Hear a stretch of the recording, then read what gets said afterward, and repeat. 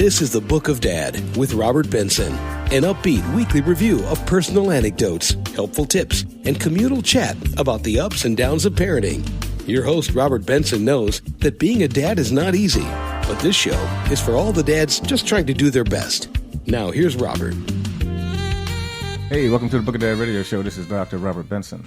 As always, before we get started, we want to say thank you to Jehovah. Thank Him for His Son, Jesus Christ. Thank Him for our families. Thank Him for work and our ability to do the things we're able to do. Book of Dad radio show, Life and Spirit online only in the NASCA network. And guess who I'm hanging out with today? Yes, I'm here. I am here today. My main man, Eddie G. What's going on, Eddie? Hey, man, I'm doing well, hanging in there, staying alone. Yeah, how about that, not going to the supermarket. I tell you, it's funny, man. I'm social distancing from my wife in my own dang on house. Is that not crazy or what? Well, let me tell you, I went to Walmart, and when you walk down the aisle, if you see another person, they look at you, and then they run down the other aisle. They don't want to be next to you. Well, that's funny, because, I mean, especially if you go down the Lysol aisle, right? Right. Today, we got a great guest that's going to kind of help us and guide us through some of these misunderstandings and ambiguities surrounding this coded virus, if you will. And we won't have any problem with social distancing from her because she's like over in England somewhere, right? Oh, definitely. So without any further ado, we're going to bring in a nurse, lawyer, we'll let her laundry list out her many credentials, is Miss Michaelene Holder-March. Good morning. How are you? Good morning, and thank you for having me on your program. It's such an honor. Well, you're such a lively and bright voice, and we're glad to have you with us. And again, we don't have to worry about making contact, so we're all really kind of distanced from each other. But let's talk about you and all of the various things that you're doing and why on earth you are so qualified and sought after to talk to us about this topic. I think there is this need for, when you are from a diverse background, you are always challenging yourself to be recognized for your expertise. And that means that you always have to be ahead of the game. And I had made a decision quite early in my life that I certainly would not be sitting at the back of the classroom. Either I'm at the head of the classroom, I'm actually in the front of the classroom, or I'm actually leading the classroom. So with that initial decision, therefore, you would find that I really pursue what were the gaps and weaknesses in regards to professional development, and I focus on that. And that's why I'm multi-qualified in so many things, from IT, from AI, healthcare, military nursing, teaching, law. So my remit is quite varied and wide, and I'm not one by experience. I'm by qualification, skill set, the experience coming afterwards. So therefore, I am a qualified expert in order to speak on such matters. If I can't, therefore, I revert to other professionals who are much more qualified in this specific area. Outstanding. Well, Michaeline, a quick question. Being a woman and throughout your career, achieving all those great things, was it difficult? Was it more difficult for you? You know what? I would say that I have great concerns for my black brothers out there, more than for the black female. Because I have friends from Africa, from the Caribbean, who are, and I'm speaking because in London here, I went to school with a lot of my male African colleagues, and some of them have more than one PhD, but they drive in taxis. They have multiple qualifications, but they're not the managers. They're operational staff. They're not strategic. And I know that doesn't only happen here, but it happens across the world. And yes, there are a few who've made it to the top of the line and seen in the three-piece suits and the watches hanging on their waistbands and all of that. But when you look at the statistics, the raw data for that, it's like 2 in 100 or 3 in 100 globally. And I think we can do much better than that, because if we are encouraging young black males to go to universities and become educated, we have to think about what are we going to push them to do? Are they going to become employees, or are they going to become self-employed? And I push for self-employment, because that's the only how they can actually be strengthened and have self-confidence and actually be innovative and create their own resources. Certainly. Hey, well, listen, the thing that I'm noticing about you the most, and I want you to expound on a little bit, is your global or geographic diversity. Talk to us about where you're from and where you've been and how you ended up where you are in England.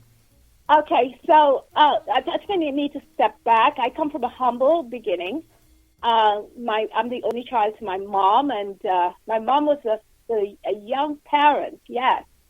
And hats off to her. And she educated herself, born and bred in Trinidad, and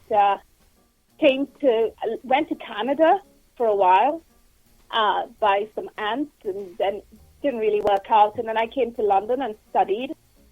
I did nursing, midwifery, the whole lot. And then I was recruited to come to work in New York as a Juris doctor and a specialist for the Cochrane and Lester Schwab law firms for fen cases, which were clinical cases that many were dying from because of lung congestion due to taking this diet pill. And I stayed in New York for a while until September 11th, and then came back to London. Totally enjoyed New York, loved North Carolina, loved that part of the world. Came back to London, and I have always believed in global connections and global stakeholder in regards to healthcare reform. I don't believe it's a singular system. It's about partnership, and coronavirus actually proves it's a partnership. So you sound like you are an expert, if you will, on dealing with pandemics. So this corona thing that we're dealing with right now isn't anything new to you. So what are some of your recommendations, or were you able to see this coming, so to speak, or were there some telltale signs that were out there that we were kind of oblivious to? Is there anything you can share along those lines?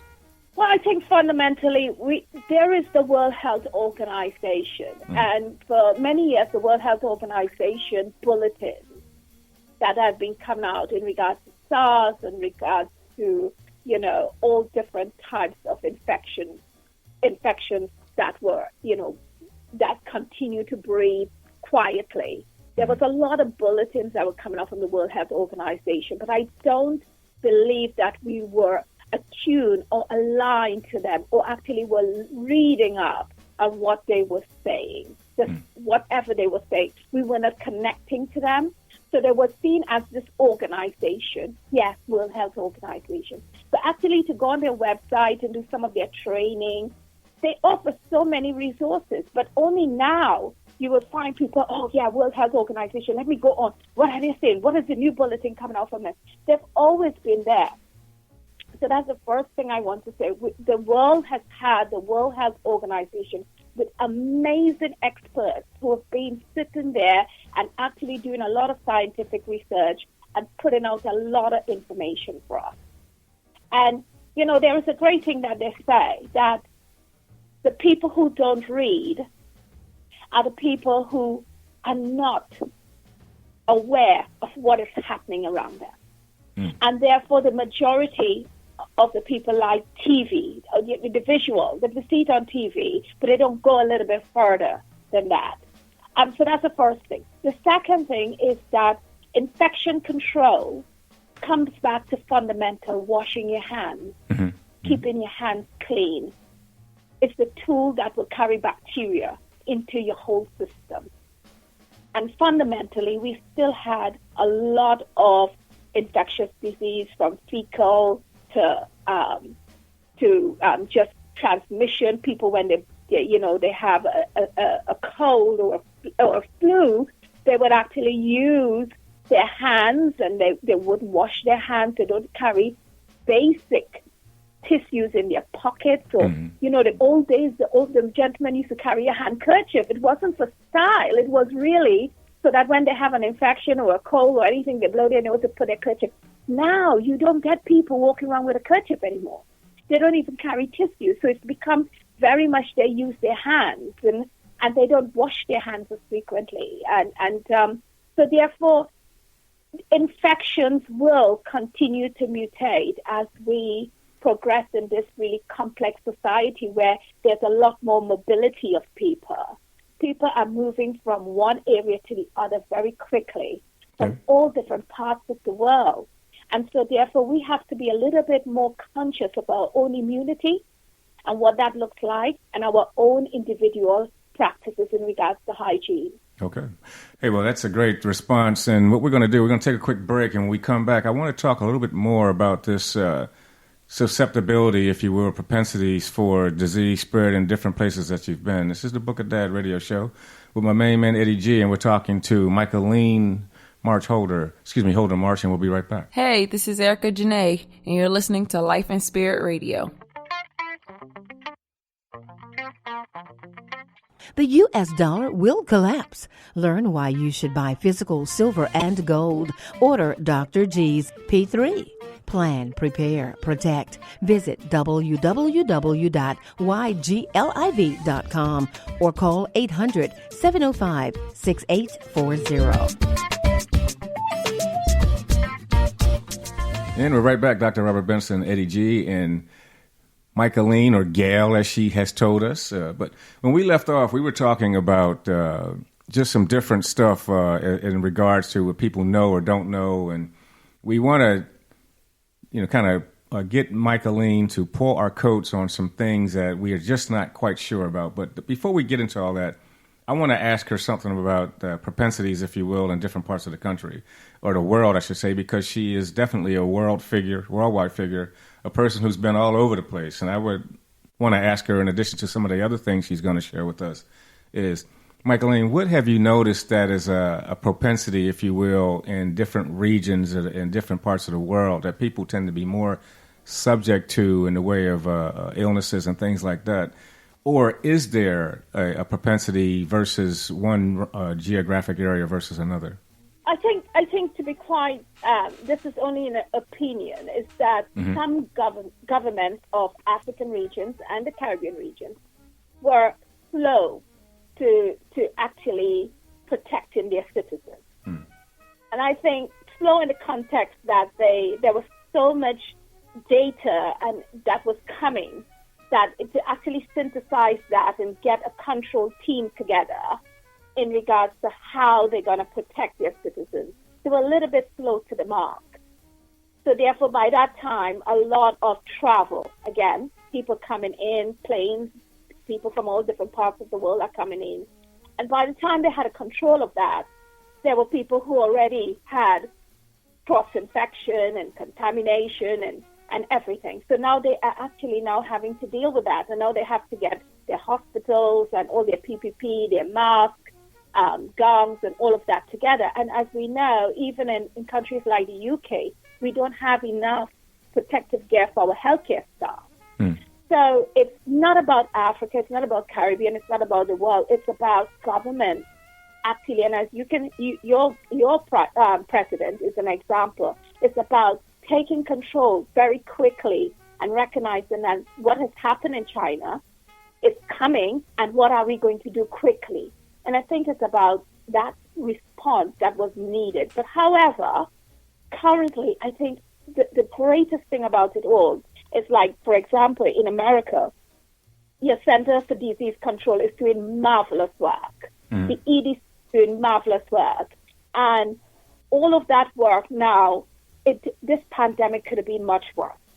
I think the most important thing is for people to realize that they do need to do social distancing, and they do need to stay in their house. It's the safest place for you, and it's the safest place for other people, for other humans on the face of the earth. You need to stay in your home. You know, it's interesting you mentioned that because, and I don't know how Eddie sees this, but it's almost counterintuitive to me. I see more people out now than I did before all this went on, and then us being the social creatures that we are, it's like I know I get cabin fever if I've been in the house more than a couple of days. What about yourself, Eddie? Yeah, same way. I understand that. It's the psychology behind it. Is that And therefore, this is a very important and critical time for mental health specialists, the psychologists, the psychiatrists, the people who are part of the healthcare workforce internationally, who were being, taken it very quietly. You weren't hearing much about them in the media. This is the time for them to shine, because mental health will be one of the greatest factors that will impact alongside the coronavirus. However, this is the time for governments to actually do proper lockdown, because we do know that, people being outside, going to the parks, all of that, it is a risk. And so therefore, in order to ensure that hospitals only have X number of beds, X number of ventilators, X number of staff, their healthcare staff are becoming ill day by day. So we have to find it within ourselves to actually do Zoom via a link, have house parties. There's an app called House Party. You can have a house party in your home. You need to connect and use all the AI technologies and all the video technologies that is there. This is a great time to discover technology, and it's a great time as well to bond and actually find out who you are. There's lots that you can do in your house. And no one says you can't go for a walk, but it's where. Michaeline, you brought up a great point, and it makes me want to ask you a question, especially being you with your professional legal background. So let me ask you this: are you advocating a military state, if you will, or martial law state in order to get this virus brought under control immediately? I think let's put it this way. I think they're humans. I think we should be accountable for our actions. However, when there's a pandemic and we have the vulnerable people in our society, people who are chair-bound, those who are carers who are actually going to care for those who are in their homes, who are really ill, suffering various diseases, and you are actually going to go out there and put those people at risk, or you are going to deliberately ignore all the government advice, and you would be out there and then end up being in hospital because you didn't follow. I do think that the government should get the police involved. I don't think military is necessary, but that's a government security decision. However, I do think police being about and saying, excuse me, go back into your house. If you came out for food, this is the time for the elderly to shop between 9 o'clock to 11 o'clock. They shop, they go back. You should not be here 2, 3, 4 together. No, it's not allowed. I think that sort of gentle persuasion should be enough to deter people from doing anything other than shopping online or actually rather than going for something so militant. Well, Michaeline, what's going to happen, I see, is the world is going to be completely changed when this is over. Some of the things that I foresee is, as you said, mental health, where you have a lot of situations, people are not forced to be together, but there's two sides of it. You have one side where you get to spend time with your family, where people are too busy to be with their kids. And then you have the other side where you have people with a bad relationship where it might be abusive and it might get even worse. And those are situations where, as you said, mental health professionals can come in and really make themselves visible so they can offer those services to help people get through that. Now, the other side socially is it's going to amplify the path we were going down, which was, to me, a negative path where people use social media instead of interacting with each other. That was lost. And what's going to happen now with this pandemic, even when it's over, people are kind of starting to get used to being introverts. So it's going to bring society even further apart. So we're going to have to work to repair that in some way, too, when this is over. Yeah, definitely. There are three impacts from this, actually. So if we look at it on a social aspect, abusers who are in a home with the abusee, there'll be more abuse. We have a news report this morning that the police said that they've had numerous, called in for abuse in the home, domestic abuse. So domestic abuse within the home, child abuse, people who are ill and were dependent on carers. So that sort of abuse socially is going to happen. Another aspect of it that we have to be aware of is that grandparents who normally would look forward to seeing their grandkids and their children and extended family will suddenly be alone. Yeah? And also the ones that actually have no relatives but look forward to speaking to their neighbors and going across to their neighbors, suddenly they'll be alone. Wow. We also have the people who are going around as the so-called goody type to identify who is the vulnerable, and those alone could be potential victims. Well, there's always that. Yeah, so this coronavirus has opened the door for a lot of issues that the police and the government have to look at, and how we can actually protect the vulnerable. Well, It brings out the good. It brings out the good in people, but it also brings out the bad. Absolutely. Very bad in people as well. And so therefore the other side of that is that for the past couple of years with social media, you would see families that are out having a meal and everybody's on their phone, and the child and the children have nobody to interact with because mom and dad is on their phone. And I think being in the home environment now, you have to look at teaching at home, looking at getting more involved with activities you can do. And I think in that way, there's a positive in that. Yeah. There's some positive that could happen. And I don't mean to be gross, but for once, I think the family structure, especially the black family structure, where the male or the female has so many other activities, inverted comma, they will be more at home now and maybe able to form better bonds and strengthen that relationship, because through disasters and through turbulence and trials and tribulations, there is always some, as there's a song that says, there's always a beautiful rose that grows out of black concrete. Yeah, out of street. So we are hopeful. We are hopeful that through this, humanity will also come back and flow in the veins of us all. And getting to know who you serve. Some people have never known God before, are suddenly, reaching out to God and praying. And I saw that with some of your congressmen. Yeah. So there is a change to come, and I just hope that it will be embraced by all in a positive way. But right now, what we need to recognize is that we are just getting to the climax of this. It's coming. The peak is not even here. New York, I think, is over 1,000 or more cases, and it's rapid 5,000 cases, and it's increasing. Yeah, it's increasing.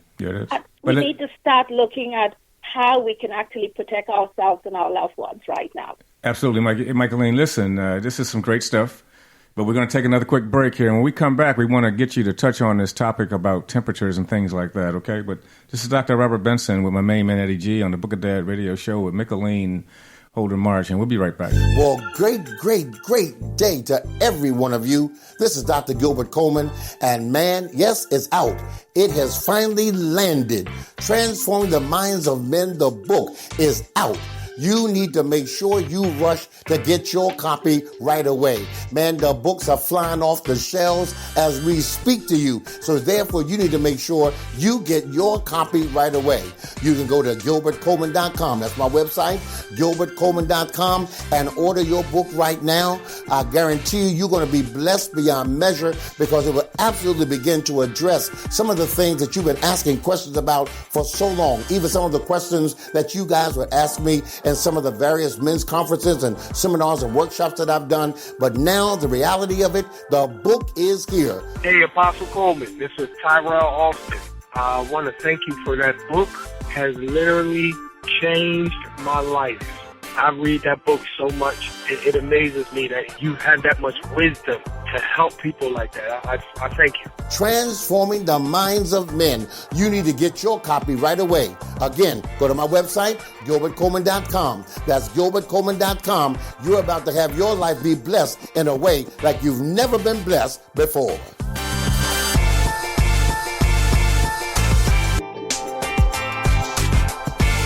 Hey, everybody. Welcome back to the Book of Dad radio show with Dr. Robert Benson and me, Eddie G.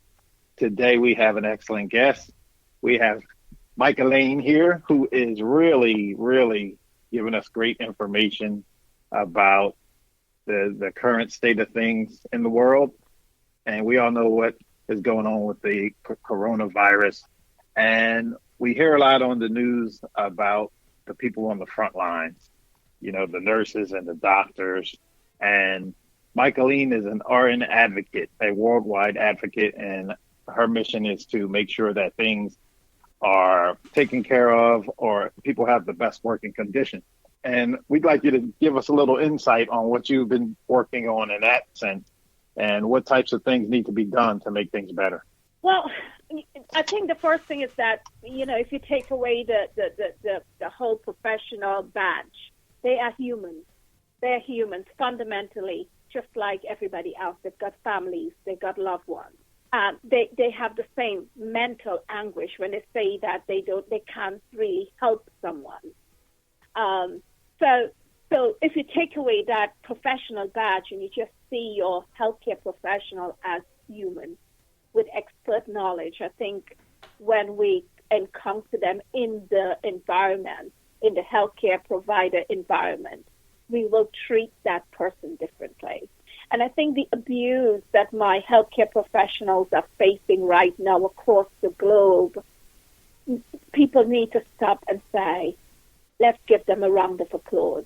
Because they can actually decide, I'm not well enough to come in, I have retired, I've come back here to volunteer, I've come back to give my expert knowledge and advice.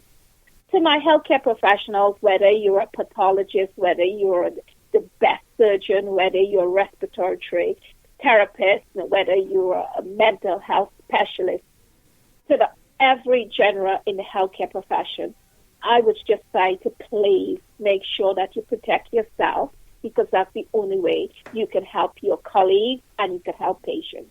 And I mean that by taking time out, utilizing the counseling that is available, that debriefing. We talk about debriefing, and I need you to start thinking about debriefing. What does that look like for you? It's an individual thing. And you may have come across 2 or 3 people who have passed in seconds or in an hour, and you need to debrief. You don't take that at home. You need to sit with a colleague and talk about that. Talk and discuss it. And it's a great time as well for colleagues to actually shoulder together. And that is happening. We could see it from all the YouTube messages, and we could see that. But this is a great time for us to recognize that we are all just human. Yeah, you know, Michaeline, you bring up a great point in that you have a great mix of professionalism and qualifications, if you will, in the way you have medicine and you have law. And the one thing that I've always noticed about is that these situations tend to breed an environment for litigation. What are some of the things that you see occurring after this is over in the way of people trying to get restitution or some sort of remedy for losses and things like that? What are some of the things you envision possibly happening afterwards? During this time, I think it's really important for healthcare professionals to document. Okay. Document. And when there is a pandemic and you have so many people, casualties coming in, patients coming in one after each other, you tend to be a little bit negligent in what you're writing because you want to run off and take care of the other person. You want to take care of, and you may have 4 or 5 patients to take care of, and you have to catch up on your notes. But I really need you to stop and take care of those notes and make sure that you are documenting correctly all the things that you do. In regards to litigants, people who are just looking for an opportunity to say, well, hey, my relative shouldn't have died. You know, this is something that would require law firms to actually, who are actually going to be defending these cases or bringing these cases. They need both sides, the plaintiffs and the defense. They need to actually look at the case wordiness. Is this case really ought to be brought, considering that it's a world pandemic? You will have numerous cases. There will more than likely be clinical negligence. They will look for aspect in regards to clinical negligence. But it's a great time for governments to actually start protecting healthcare staff in regards to this matter. So healthcare staff is not using their personal insurance to actually defend these cases. And hospitals, well, should be protecting their staff. Well, it's interesting you mentioned that because I saw something yesterday that said that there may even be a movement afoot, if you will, to circumvent constitutional rights regarding this pandemic. And I think that kind of smacks and kind of lines up with what you were just talking about. But let me just ask you this one thing, because I know you wanted to touch on a particular area, and that is to talk about temperatures and things like that. Can you share with us what you're talking about there, and what are the implications as far as temperatures are concerned? Okay, lots of people have been writing to me and going, Michaeline, they keep saying about high fever, dry cough, high fever. What is a high fever? So like in America, your Center for Disease Control and Prevention considers anything above 100 degrees, 100 degrees Celsius to be a flu-related fever. But however, the National Institute of Health said that it's anything above 99 degrees. So I would say that once you hit 99 and you have a dry cough, you need to say there's a high possibility that I'm heading down the coronavirus route. Yeah? But if you are, normally you have a temperature that's probably above 96 and you're just 97 and you feel a little bit, and you think, oh, I'm getting a chill. Please, use a thermometer. Do not just go to the hospitals because you think that you have a high temperature. Each country, like here in England, is 37.5. You have the boundaries that is set by your national government agency in regards to health, and use that as a barometer.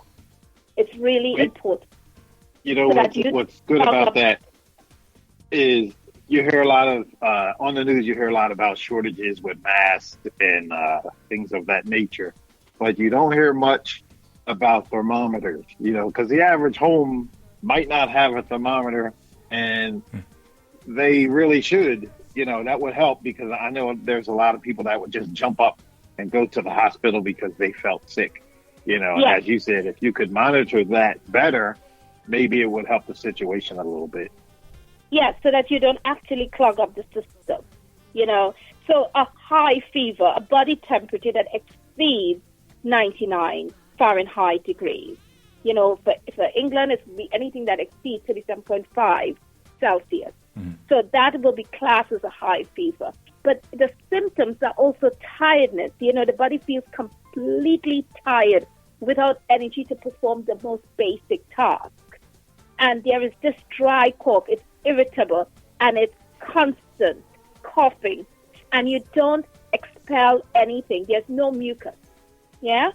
So it's just this dry, irritable cough, and you're not bringing up anything. So when you have these three symptoms, you should be thinking self-isolation. If you have underlying illness like asthma and congestive cardiac failure and all of this, then you need to get to the nearest doctor for treatment. But you need to have a combination, because just turning up to all the hospitals, you actually delay someone who really needs treatment from getting the treatment that they need immediately. So make sure that, it's just not just an ordinary slight surge in your temperature, but you do have a high temperature, and you will know. That's interesting you mentioned that, because we were talking about mental health earlier and how these things tend to exasperate your paranoia, so to speak. So if there's anything that you may experience that's out of the norm, you could very well find yourself running someplace that, like you're saying before, that kind of bottlenecks the system, if you will. So it's kind of a thin line. And not only that, you run to a place to get help, and then you might just pick it up there because you don't have it. Yeah? That's right. Yeah. Well, again, go ahead. The methods of prevention is really your hands, your distance, avoid your face and nasal area. Mm-hmm. Think about the cough, cover your mouth and your nose with your, to prevent others, your breath.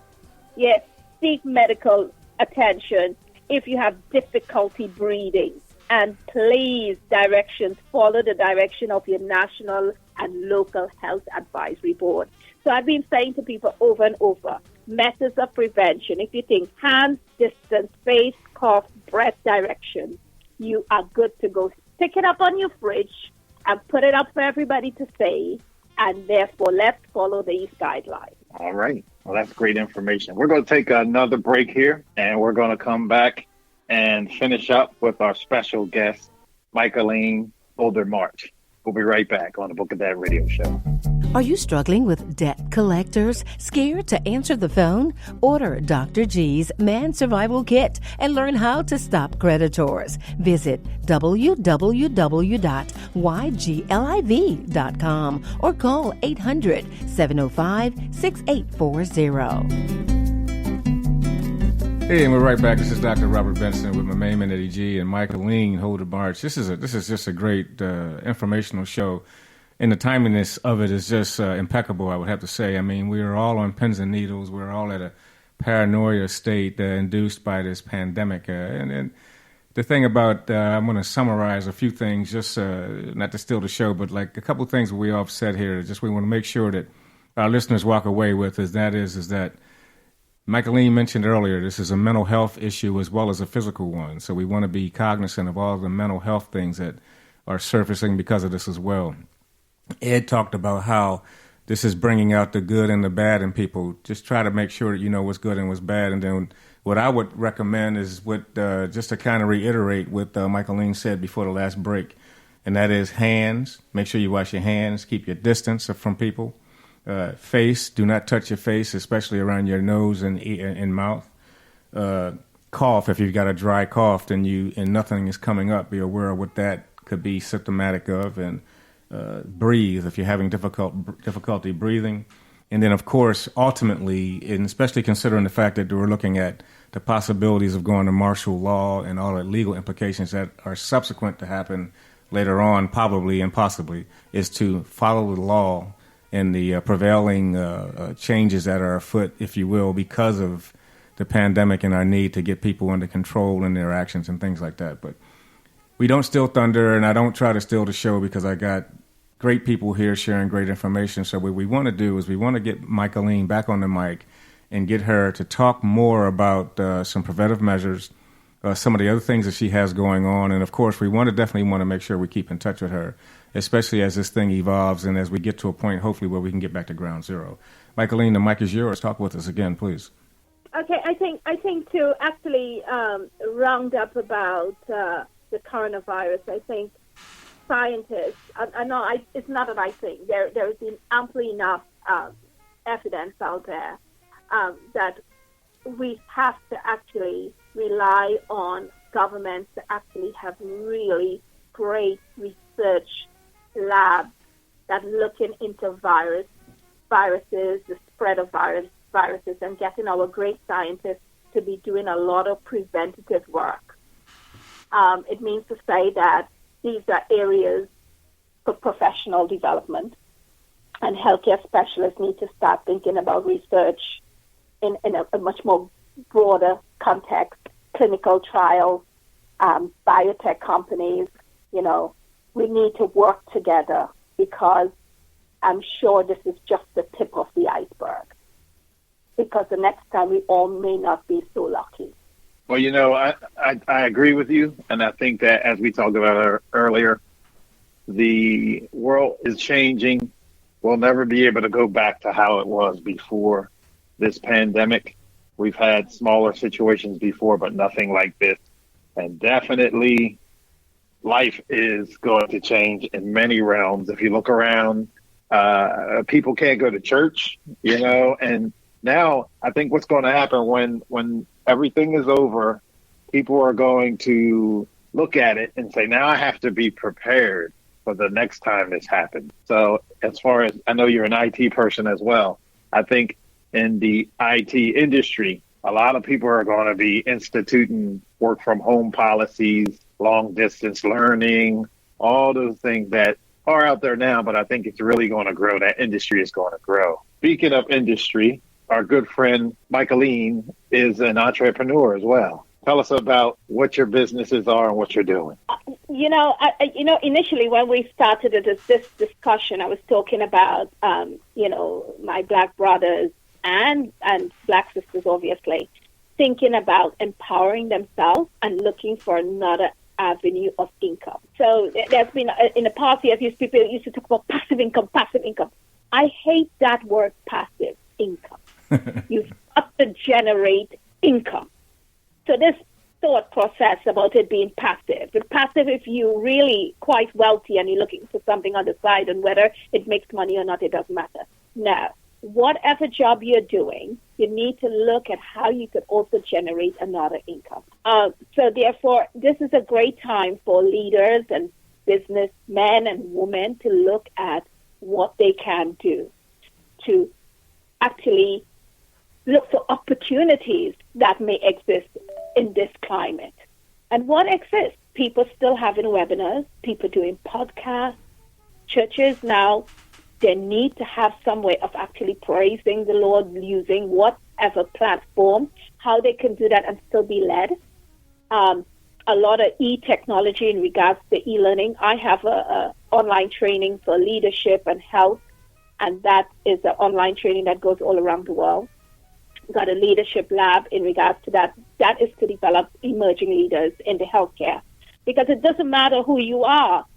It is really good to pass the baton on, to actually train younger people to be greater than who you are. That's always been my thing. I want you to be better than I am. I don't want you to be under me. I don't want you to be less than I am. I want you to be greater than I am. And that's the thing about empowering the younger generation, the next generation, to do it 3 times better than I possibly could have. And so therefore that's why we have the Leadership Lab. In regards to my ties, yes, they said I'm the woman who entered into the male industry, but why not? I was tired of men walking around with these ties that just didn't look right. So I created new man. Is that the ties with fish on them? Yeah, the ties with the weather and the cloud on it and all of that. So, you don't have to change your suit. You change your tie and you have a classy tie. People go, doesn't he look fab? And so I launched my ties a couple of years ago. My ties is still Neuroman, and you can neuroman.com, and you can go on it. The core of my business really is about health consultancy and bringing global doctors from all over the world. They're mostly diverse doctors. I am from a diverse background. I am a Black woman, and I'm proud to be who I am. And so therefore, I brought healthcare professionals from right across the globe, Africa, Caribbean, America, all over the globe, to come together on a global central hub to discuss the impact of healthcare on our people today, our elderly, our young, our mentally ill, our women who are, the obstetric and gynae, prostate cancer. And from that, my magazine was born, which will be launched on the 1st of April. It's called Leaders in Health and Tech. We were supposed to have a big conference in Accra, but however, due to the virus, we had to postpone it. However, we have over 15 or 20 different academics and healthcare professionals and leaders from all over the world who actually was going to be part of that and part of the award ceremony. And we're still looking forward to that. So when coming to entrepreneurship, I would say to people, never knock anything. And I follow Branson. Branson said, any opportunity that comes, you never say no. You give it a try. It didn't work. Okay, it didn't work. Don't say no. Oh, yeah. That's how he got where he is. So that's basically, I believe in entrepreneurship, and I believe that everything that happens, I look for an opportunity. Now is the time to think about remote. What does remote look like? What technology is there to actually ensure that remote works? How can you still generate an income in this climate? Don't sit and get depressed. Don't sit there and start thinking, my business was face-to-face. What am I going to do? No, you have to start redesigning. You have to start thinking, what are my skills? How can I stabilize my organization? You have to actually think about this quite quickly. You can't sit back. You have to start creating your own narrative in this landscape. What is your narrative? What is the core of your business? And how can you still sell that? It's like selling ice to an Eskimo. You've got to think differently, disruptively. You have to be a system thinker, not only a solution thinker. You've got to think system-wide. It's much more than that. You have to embrace the long view. people, when I talk to them, they always have a short view. What do you want? Everything is just short term. You have to think long term. How is this going to work on a long term basis? How would it?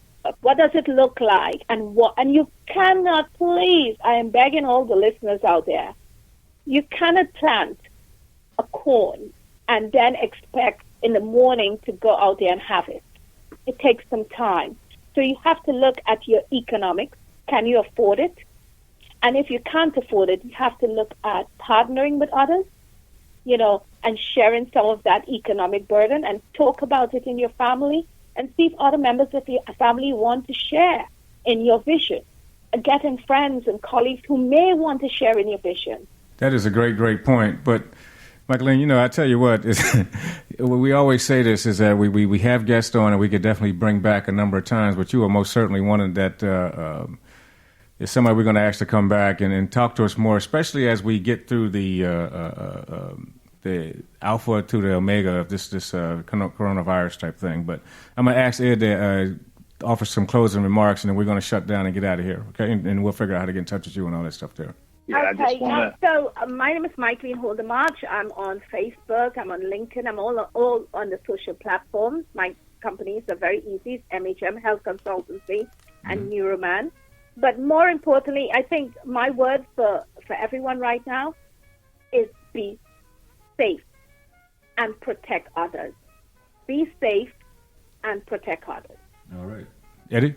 Hey, we really appreciate you coming on the show and giving us some insight, some things that we weren't aware of, as well as things our listeners need to hear. And like Dr. Benson said, we definitely want to get you back real soon and talk about some more of those things. So we appreciate you coming on. All right. Thanks. Outstanding. Hey, this has been the Book of Dad radio show, and as usual, I want to close out with a couple of thoughts. But, one thing I would say ultimately is that every time something like this happens, we are reminded of the significance and importance of different professions and different people. Like, for instance, when we had 9/11, we were reminded how significant and important first responders are. And in other areas, we were reminded of how important, you name it, every profession gets its day, if you will, in court. This is our healthcare professionals' day in court. So what we want to do is we want to make sure everybody knows that we really appreciate all healthcare professionals. If we didn't before, we most certainly do now.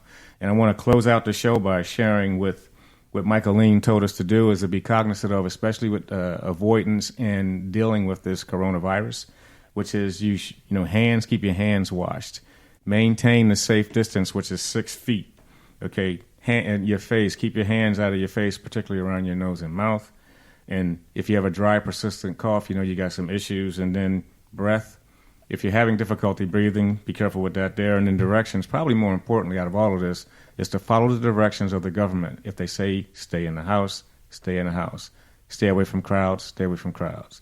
And of course, thank you, Eddie G, for hanging out as usual. It's been a Book of Dad radio show. I'm Dr. Robert Benson. And we'll talk to you next time. You can find out more about Robert Benson by visiting his website, thebookofdad.net, where you can purchase your own copies of Robert's books, The Book of Dad, Quotes for a Lifetime of Wisdom, and The Book of Dad 2, more quotes and anecdotes for a lifetime of wisdom.